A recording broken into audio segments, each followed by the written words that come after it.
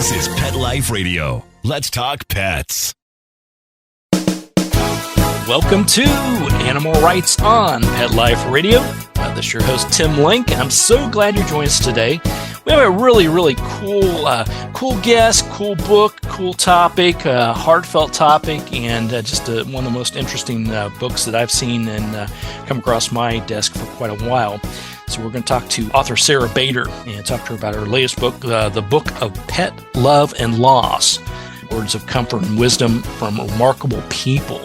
So we'll talk a little bit about the book, how it came about, talk about some of the quotes in there, wonderful quotes, and get down to the meat of how it was putting all this together. So everybody hang tight. We'll come back right after this commercial break. You're listening to Animal Rights on Pet Life Radio. How many of you have pets? My hand's raised. Now think about how lucky you are to have such a sweet little pet in your life, and that pet is lucky to have you too. But unfortunately, there are countless pets out there that don't have a home to call their own. However, Bob's from Skechers is trying to change that. So we developed Bob's for dogs and cats to help pets in need. With every purchase of adorable Bob's footwear or fun, stylish apparel, or even the cutest Bob's pet accessories, Skechers makes a donation to Petco Love to help save shelter pets. And with your help, we've already saved the lives of over 1 million pets and raised over $7 million. So while you're getting style and comfort with features like Skechers' famous memory foam cushioning, you're also helping to save an adorable pet in need and helping another lucky owner be connected with a future best friend and companion. Because happiness is having a loving pet by your side. Find Bob's at a Skechers store, Skechers.com, select Petco locations, or wherever stylish footwear is sold. Let's Talk Pets on PetLifeRadio.com. Welcome back to Animal Rights on Pet Life Radio. Joining me now is author Sara Bader. Talking about her latest book, The Book of Pet Love and Loss, Words of Comfort and Wisdom from Remarkable People. Sara, welcome to the show. Thank you. It's great to be here. It's a pleasure having you on board, and once again, it's a fabulous book. I want you to tell us a little bit about the book and how it all came about. The book came about actually through personal experience, which I feel like many books do.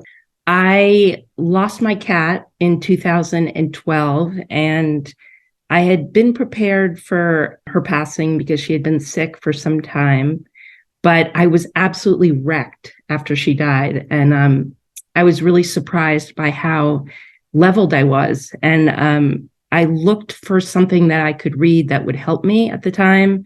My concentration wasn't great. My appetite wasn't great. And I just wanted these small installments of what I call in the book literary nourishment, just these little installments that I could kind of dip in and out of and get solace from. And so I looked for them, and I found a few, and in the form of quotations from different memoirs and letter collections. And I sort of held them close. And then I thought, you know what? There should be a book out there of these. And there wasn't. So I wrote one. There you go. Love it. Love the opportunity. And obviously condolences on the loss of your cat. But, as always, our animals bring out the best in us. And they definitely are our teachers and our healers. And obviously your kitty cat did that for you. Yeah, absolutely. She also turned me into a cat person single-handedly. So, yeah. Well, it could be like me where I, one feral cat shows up and I decide to take care of it. Next thing I know, I got 13 of them that I've had to trap, neuter, and release, and they all chose to stay. So you become a cat person where you want to or not, which is actually a very good thing. Yes, it's a beautiful thing. Yes. So, putting together the book, obviously, it's a heartfelt, serious topic. I know all of our listeners, as well as myself, and of course you have gone through a loss of a furry finned or feathered family member, as trying to deal with that grief and understand it, those type of things. When you were doing your search on all this, what were you hoping for? What were you looking for? Just some solace and help you through that healing process, or was it more of an aha moment when you found something that sort of clicked? I think I was looking for just recognition that other people had felt the way I felt, because it felt so overwhelming and so surprisingly overwhelming. I just wasn't prepared for, the loss of appetite, the loss of concentration, the sort of deep well of despair that I found myself in, that I think I was looking for a community of other people who had been through it. So voices from the past, but also the present, from literary figures and musicians and artists and cultural figures in general. And I went back 200 years of people who had been through the experience and sort of could light the way for me, because I felt like I was pretty lost and mired within it. The thing about the book, I mean, as everybody picks up a copy of the book of Pet Love and Loss, as you read through it, you got short, wonderful quotes from famous and somewhat, not as famous people and celebrities in there. Then you also have these wonderful little sort of short passages, I'll call them, these short little tidbits by people like Jane Goodall and Amy Tan of the Joy Luck Club and John Steinbeck. And what struck me was these are little concise tidbits that help with that healing process, but also the fact that everybody goes through this. It doesn't matter if you're a celebrity, an author, a writer, or just the next door neighbor. We all, if we love animals, which everybody listening here does, obviously, goes through this. And how do you heal, and how do you actually go through that whole grieving process? Yeah, I think it was important. I first set out to do a quotation collection just of quotes. And then as the project developed, I realized that I was finding out a lot of information about certain stories that I felt badly knowing and not sharing. It just felt like I couldn't hold on to it myself. So I ended up as an interstitial creating these short, not quite essays, but, like 300-word compressed stories about a couple dozen different figures in the book. And then it turns out that I feel like as you're walking through the quotes, it's sort of, I liken it almost to when you're driving on a scenic path and there's a scenic overlook. You can kind of drive off and take a moment and read about this one person's life, like John Steinbeck's or Georgia O'Keeffe's or Raymond Chandler's, and then you sort of get back on the road and you're back in the quotes. So there's a pacing there that I think ended up working well. The thing I loved about it also is that the book is well put together. I'll give your editors big kudos for that, and yourself for putting it all together, because you have these quotes intermingled into the pages. You have these brief little stories or tidbits of people and their experiences with animals. And then in the back, you have this wonderful little source, this little introduction table that people can scan and maybe find someone that a topic or a individual that they personally like or enjoy or have some connection with. They can find out what that particular person had to say about animals in their life and the loss of them. Yeah, those sources in the back were really important to me. I really have a hard time with quotes that aren't sourced. It drives me crazy. So I really took time to source all of the quotes and let people know where they came from so they can go back to those original sources. And like you said, explore more about either someone they love or someone they just met in the book and want to learn more about. Right. And so when you put together the sources, you said it was important. Did you find it important from just your skill set, obviously being an editorial background and publishing many articles and books in the past, but also did you find it sort of a healing process as well, keeping that all organized and realize that people can take a look at maybe some of their favorite people and their quotes? Yes, definitely. It felt very methodical and meditative. Yes. So yeah, it felt really good to kind of organize it. And I also found other material while doing that. So if I found a beautiful quote by like Raymond Chandler and I went to his letter collection to try to track down that particular quote, I found myself in the middle of all of his letters. And then I found another quote by him. So each time I tracked a source, it led me to another piece of text that went back into the mosaic that I was trying to build. So it was almost like a cyclical process. It was very satisfying. I love that. I love that. And because this, when I first took a look at the book, obviously it struck me on a lot of different levels. And you're right. I don't know if I'd say there's not a lot of books on pet love and loss, but it's more like what are the ones that resonate with you? What are the ones that actually help you heal? And most of them get a little bit more into detail, maybe a scientific approach to animals making their transitions, these type of things, which are fine. But this one hit home the fact that I could really just find particular quotes that really resonated with me. Yeah, I wanted the reader to be able to read it cover to cover, or if they just didn't feel like it, to be able to open it up anywhere in the book and spend some time with a few spreads or even one spread, whatever they wanted, whatever they needed. So it was important for me to sort of not to give the reader some flexibility in terms of what they wanted to read and in what order, really. I mean, it is set up structurally to sort of walk you through the arc of the experience, but I also think you can really open it up anywhere and just experience a spread or 10 spreads or 20 or, yeah, it's meant to be read either way. Absolutely. And a hint to your publishers here, I don't know if it's in the works or not, but if it isn't and it gets done, I want 10% of the take. And my idea is, why not turn this into a nice little calendar, a motivational healing type calendar, sort of each quote each day. That's beautiful. Yeah, I think that'd be great. So I'll only ask for 10% of the cut if it happens there, Sarah. When doing the research, let's talk about the research part of it, because when to someone that hasn't done something like this, publishing books and writing books, we're always looking for quotes or experiences or things that sort of may resonate with the reader of the book. But you had to go through a lot of different material, a lot of research. How'd you go about that whole process of determining, A, where do I find all this information, and B, how do I trim it down? Because I'm sure there are piles of thousands that you could have done. How did you go about doing that? I mean, it was somewhat organic in the sense that I sort of had a list of figures that I knew were very attached to their animals. It was a little tricky because just because someone was attached to their animals didn't necessarily mean that they wrote about that attachment. And just because they wrote about that attachment didn't necessarily mean that they wrote about pet loss.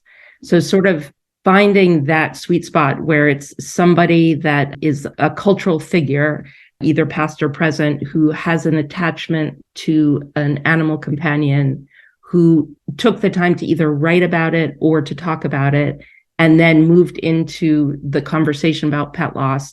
It ended up being, I have to say, kind of challenging. And I realized maybe that's why the book didn't exist, because there was a lot of digging. And I also realized that there's a lot of shame. I mean, this is not something new, but it was reinforced through research that there's so much shame and stigma that's connected to the intensity of the feelings, that a lot of the quotations in the book were buried in letter collections and diaries and notebooks that were published, but some were out of print and some were hard to find, and some weren't indexed. So you would go to a writer's collection of letters and there were plenty of names indexed in the back, but their pet might not be one of them, which was interesting since the pet might have been the closest relationship they had. So I found myself sometimes having to read through, all the letters, many of which had nothing to do with their pets, to try to find that sort of one gem about their animal that also might address pet loss.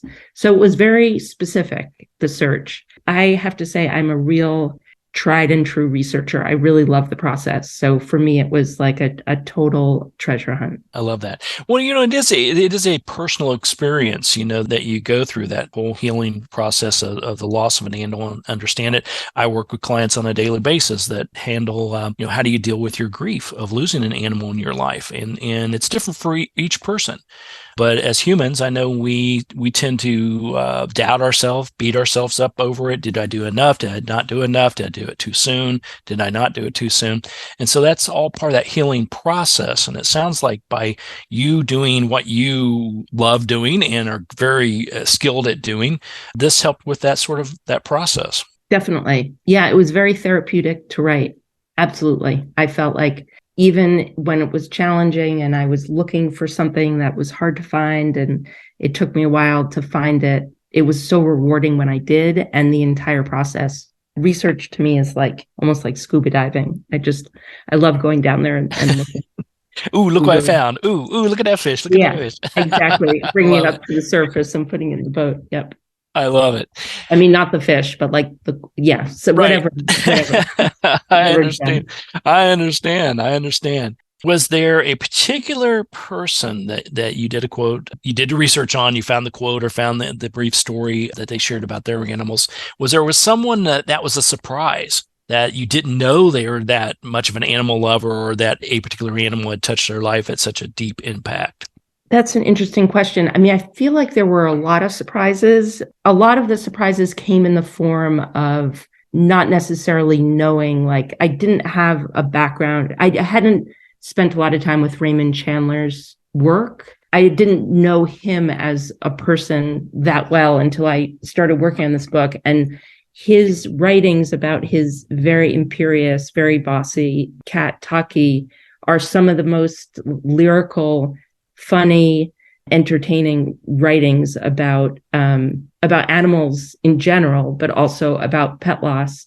And those come from his letters. He was an active letter writer throughout his life. So a lot of the surprises, I think, just came from getting to know some of these figures that were less familiar to me because I didn't have a lot of experience with their work, and then kind of drilling deep into their personal life, which was interesting to get to know them that way and not necessarily first through their work, and then to get to know their animals, and then to find out that Raymond Chandler was a total devoted cat dad for almost 20 years.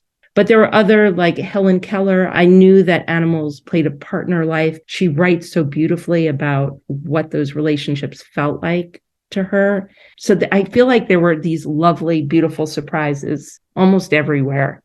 I think that's what made the research so exhilarating, because I was learning so much about these people. Absolutely.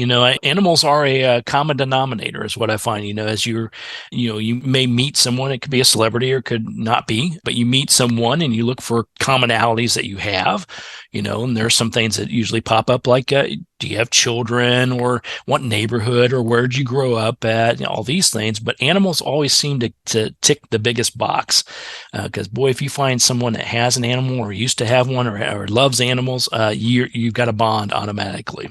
Yeah, it's total glue. I totally agree. Yeah, you could be sitting next to anyone you like, a stranger, and if you start talking about your pets, it's like it could be hours. Absolutely. So skip the talk about weather, because we'd always go there. Talk about animals. That's the first thing you should be asking. Yeah. And I love the book. When I first heard about it and received a copy, I was thinking, oh, okay, this is, we need more books, like you said, more books that help us deal with the grieving process and the loss of an animal. And then, of course, I fell in love with the quotes and the brief stories, but also these little tidbits, these little stories that are in here. They're not all about, I had this wonderful cat and I lost the cat, and here's what I went through during that time. They're just chock full of fun stories and memories and things that just sort of resonate. I love the one on Louis Armstrong. Louis Armstrong wrote a little ditty about his dogs. Now, of course, they're schnauzers. And anybody that's listened to this show for many, many years, we're schnauzer folks over here at my place. That resonates. So it caught my eye, and I love the little story. It's just a fun little story about how his male dogs, his schnauzers, Trumpet and Trinket, sing and do a little duet every time together. And it immediately resonated with me because I've got, as I mentioned, two schnauzers, but they also sing. Whenever they hear a siren or a low-flying jet, it's singing time. So we've got the whole family sings along with the schnauzers, and then they get their singing treat for their wonderful tune that they just sung to us. That's really sweet. I love that. I love that quote as well. And that's the thing, another great thing about the book you put together here. It does help you heal. It does talk about some of the loss of animals, and we all see that we're all on the same level. We're all on the same playing field. We all go through this grieving process. But then you top that off with just fun stories that, like, oh, I know that one, or that resonates with me, or my dogs do that. I didn't know any other dogs did that. These type of things that really I think is part of that healing process. Yeah, I found that really healing. And I found it also, I love that even people that I'm familiar with, John Steinbeck is one of my favorite writers. I found that researching him and writing about him as one of the people that I sort of build out in the book, it feels like I learned different things about him and Charlie, even though he's written about Charlie. So even the people who are familiar, I feel like I found new things about them that I didn't know, which was fun. Which was fun. And then, of course, it's chock full of photos of them and their pets, people like Robert Frost, obviously, him and his dog, these type of things. And that sort of ties it all together as well. Yeah, Robert Frost and his dog Gilly had a really sweet, really close relationship. And Gilly just was really tuned into him, and they just communicated like almost wordlessly. It was really beautiful. Wow, that's wonderful. Well, everybody hang tight. We're going to take a quick commercial break. Then we'll come back and talk to Sara Bader a little bit more about her book, the book of Pet Love and Loss, Words of Comfort and Wisdom from Remarkable People. Also want to delve a little bit more into detail with Sara about her writing process. And not only put in together this book, but just everything that she does. So everybody hang tight. We'll come back right after this commercial break. You're listening to Animal Rights on Pet Life Radio. Take a bite out of your competition. Advertise your business with an ad in Pet Life Radio podcasts and radio shows. There is no other pet-related media that is as large and reaches more pet parents and pet lovers than Pet Life Radio. With over 7 million monthly listeners, Pet Life Radio podcasts are available on all major podcast platforms, and our live radio stream goes out to over 250 million subscribers on iHeartRadio, Odyssey, TuneIn, Stitcher, and other streaming apps. For more information on how you can advertise on the #1 pet podcast and radio network, visit PetLifeRadio.com/advertise today. Let's talk pets Let's talk pets on Pet Life Radio. Pet Life Radio. PetLifeRadio.com. Welcome back to Animal Rights on Pet Life Radio. Continue our conversation with author Sara Bader and her book, The Book of Pet Love and Loss, Words of Comfort and Wisdom from Remarkable People. Now, Sara, we talked about your loss and the healing process and how the book came about. Walk us through the actual writing of the book and putting it through. I know I highlighted a little bit how difficult I can imagine it was to just decide which one of these stories and quotes and pictures and everything that makes this book so wonderful. How do you sort through all that?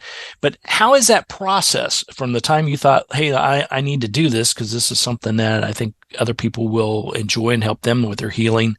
How'd you go about determining what type of book it would be? That's a really good question. I mean, it took a lot of different iterations. It was originally 7 chapters and not 5, and the stories were much briefer. So it sort of developed over time organically, but basically my approach was sort of to go out into the world and find as many excerpts that I found to be beautiful as possible.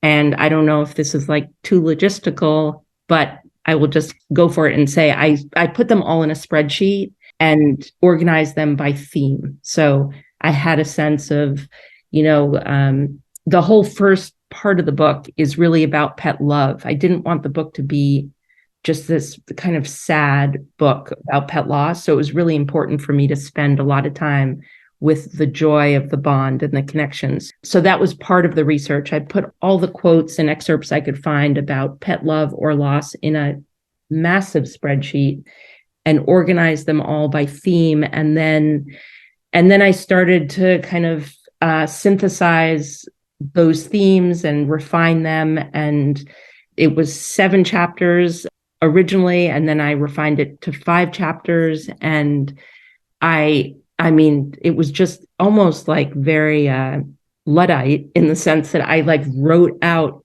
every quote that I found really special on an index card, which were hundreds. And I sort of worked with them and tried to find where they belonged in the book. And then of all those quotes, I wanted to include photographs of 24 of the people. So I needed to fit those particular people within the chapter that they belong. So if someone was talking about prolonged grief, which is the 4th chapter, I wanted to find someone who could talk about that, where there was a quote that they've said, but also a photograph of them with the dog that they're talking about. So there was a lot. It was a very intricate process. It's funny when you look at it, it might seem kind of like this very kind of straightforward book, but it actually a ton of puzzling to put together. So I don't know if that answers your question. That's perfect. And that's the fascinating part about what you said. Thanks for sharing that. I mean, that's I love the process that you went through because, on a high level, someone maybe who's not a writer or is an inspiring writer, these type of things, you think, okay, well, these are wonderful, wonderful quotes, but okay, I go online or I go to the library. People go to libraries still, folks, and you do your research and you find 200 quotes and you put them in a book. Voila. No, it's not that simple. You got to find the right ones, and as you said, you got to organize them. You got to put them. It doesn't make sense to spread one topic into all 4 different chapters because it doesn't fit the need and in the message you're trying to get across. Yeah, like Billie Holiday there's a beautiful photograph of Billie Holiday and her dog, Mister, who is described as a boxer, but also looks like a pit bull, which is interesting. But she describes him as a boxer and biographers do too. But her and Mister it's a photograph of them in her dressing room. And it's a really lovely shot, beautiful portrait of the two of them. But she doesn't really talk about pet loss. She only talked about pet love. So she really needed to be in that first section. So there were certain people that kind of needed to be in certain sections based on what they were inspired to write about in terms of their relationship to animals. So there was a lot of kind of moving around and making sure that the people I chose were in the right places throughout the book. Yeah, you did a great job of that. And like I said, the sources section of it, as I mentioned earlier in the show, helps tie that together. It helps locate where each of these sections or each of these quotes or each of these people are located, which is fantastic. Now, obviously, you'd mentioned that it was sort of what kicked this off was your incredible loss of a Snowflake, your kitty cat. And she made her transition in 2012. We're in 2023. So did the epiphany start right after her transition, or was there a lot of time in between that before you decided to tackle this? And then once you did, how long was that process? That's a really good question. I think I searched for the book and hoped that it was out there because that would have been so much easier. But I didn't find it. And I did find a few quotes that really tethered me and were really helpful. But I would say like pretty soon after, like while in the midst of it, I was thinking like there needs to be a book on this. Like I need this book badly. So I didn't really get very involved in the process, but I started the collection process. It was sort of a slow gathering. So when I would find something, I would gather it into a document and I just sort of started building that list. And then in 2014, I started working at Phaidon, the publisher. And I think I had a spreadsheet and the sort of the start of the project. But my time at Phaidon was very busy and I was editing other authors' books, which I love to do. So I was that sort of got put on hold a little bit, but it was always in my mind and I continued to kind of slowly build it. And then so it wasn't sort of ongoing, but it was always sort of part of my life since I would say, losing Snowflake. Wow, that's fantastic. And so you're editor at the publishing house who ultimately ended up publishing the book. Now you would think, okay, well, she's got an inside track on this, but that's not the case because I'm assuming the fine folks over there viewed you as an editor. Well, so I published the book with Simon & Schuster, but I was an editor over at Phaidon. So the publisher who published the book of Pet Love and Loss was a different one that I worked for as an editor. I'm not sure if that helps clarify. Yeah, no, that's great clarification on that. So when you went to, we'll say, pitch the book out there and to the agents and to the publishing houses, did they find it easier to take a look at it because you have such a fine editing and background in the publishing industry, or was it more of a little more difficult than you expected? That's such a good question. I think the benefit I have is that I've helped a lot of authors write book proposals, and I love writing book proposals, which I know a lot of people do not like writing book proposals. What, Sarah? I know. I love tracking original sources, and I love writing book proposals, both of which I think a lot of people don't enjoy. So I had written a lot of book proposals, just collaborating with authors who were pitching their own ideas. So I just felt excited about the idea of bringing all of that to my own project. And I kind of knew what question, I wanted to be very thorough and I knew what questions, because I was an editor at a publishing house, and I'd been in those meetings where they decide like, yeah, this title could fit on our publishing list. I knew sort of what questions might come up and what I needed to be clear about. So I think in that way, my editorial background was helpful, but I don't think it swayed whether the publisher decided to publish it or not. But I don't know. Right. Well, the proposal, you're right. Many, I'll raise my hand on this, writing the proposal, not so much fun. But striking the right accord, I think that, the right chord on this, it's the key because face it, if you don't have a good proposal, Yes. it tells us about why would I want to publish this book?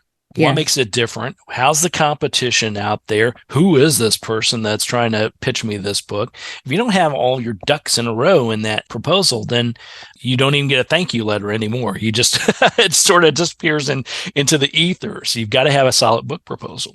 Yeah. And what I always tell authors, which I found really helpful for myself, is if you can't write a really good book proposal, you probably shouldn't write the book. Because books are a long journey, and the book proposal allows you to sort of sort out your structure, and it's going to change and it'll refine, but it kind of gives you a chance to decide whether you want to live with this material for, several years and be really with it every day. And so I find book proposals very helpful that way, in the sense that you have a chance to sort of, it's like almost dating the subject. You can kind of just spend time with it and see how it works for you, and and if you can't explain it in a book proposal, then you have bigger issues. So I think it's a really good litmus test, actually. Yeah, I do too. I think it really helps you determine, I know as a writer and as an author, you have an idea for a book, you want to get your message out there, you think it's important, you think people will enjoy it or get the message that you're trying to bring across. You're so close to the situation that it's often hard to sort of decipher, if I had no clue about this topic or this person or books in general, why in the world would I want to spend my money buying this book? No, you really have to make it stand out and be convincing, and most of all, really convincing to yourself, I think, because you're the one who's going to be spending all the time with the material. Absolutely. Well, Sarah, when people pick up a copy of the book of Pet Love and Loss, words of comfort and wisdom from remarkable people, as they look through the book, as they read the book, they read the quotes and the stories, what do you hope they get from it? I hope that they get a feeling of community, and that they are not alone, that many people have gone through this, and that Jackson Galaxy, actually, who read a copy of the book, summarized it in such a beautiful, perfect way. He said, while there's no cure for grief, there's great comfort in kinship. And I feel like that's what this book is it's kinship, really, and being able to sort of sit with all of these voices, past and present, and know you're part of a bigger community of like-minded people who loved their animals fiercely. Absolutely. Beautiful message. And that's a beautiful sentiment. And the book, tied that all together lovingly. And I will say one more plug for the book is it's a small size, sort of not pocket size, but a smaller size book, hardcover. And in the front has the very first page is this wonderful little section called In Loving Memory Of. And I remember books in the olden days, which were gifted to people that we love, family members, our children, whatever it may be. And it was always signed. And as a matter of fact, my not only signed with the signature of the author, but it was dedicated and said, here, I'm presenting this book to you. And I remember my father-in-law at one point, it didn't matter what book you sent him. He loved the books, but he refused to read it unless it was signed, that, hey, I think you'll enjoy this book, or, hey, I learned something from this book, or this could help you through this process. And this book has that nice little section where that can be dedicated and passed down through generations. Yeah. I mean, I think a lot of people don't know what to give someone who's just lost a beloved animal companion. And I love the idea that at the beginning of the book, if your friend has lost, their cat Ziggy or dog, Ziggy. Right. If someone has lost a sweet animal named Ziggy, you can say in loving memory, and you can write Ziggy in the front, and it becomes sort of an offering in remembrance of Ziggy. But it also the space is large enough to put other animals' names over time. So it feels a little bit like just an offering to one animal or many animals, but hopefully a perennial offering. Absolutely, absolutely. And I will say this, Sara, that I'm blessed to have many books come across my desk, and I read as many as I can. But my library and my shelves are limited on how many I keep. I usually donate them to a local rescue group so they can enjoy them and sell them, so they can help their thrift stores, etc. But this book, it will be on the shelf. It will be in my permanent collection because I just love it so much. I love what the message and how you put it together. And it's one of those books you can, whenever you're feeling a little bit down or you just need a pick-me-up or a fun story, you can pull it right off the shelf, and it's as fresh today as it was the first time you took a look at it. That makes me so happy, and I'm so glad. Absolutely. So everybody go out and pick up a copy of the book. It's the Book of Pet Love and Loss, Words of Comfort and Wisdom from Remarkable People. It's by author and editor Sara Bader. Sara, congratulations on a fantastic job, and I'll look forward to hearing more from you somewhere down the road. Thank you so much. It's been a pleasure. Absolutely. Well, we're coming to the end of the show today. I want to thank everyone for listening to Animal Rights on Pet Life Radio. I want to thank the producers and sponsors for making this show possible. If you have any questions, comments, ideas, or people you want to hear from on the show, please drop us a line. You can go to PetLifeRadio.com, and we'll be glad to answer your questions, entertain your comments, and bring on the people you want to hear from most. And while you're there, check out all the other wonderful shows and hosts. It's a cornucopia of fun, and it's all full of animals, so it makes it even better. So everybody, write a great story about the animals in your life, and who knows, you may be the next guest on Animal Rights on Pet Life Radio. Have a great day. Let's Talk Pets, every week on demand, only on PetLifeRadio.com.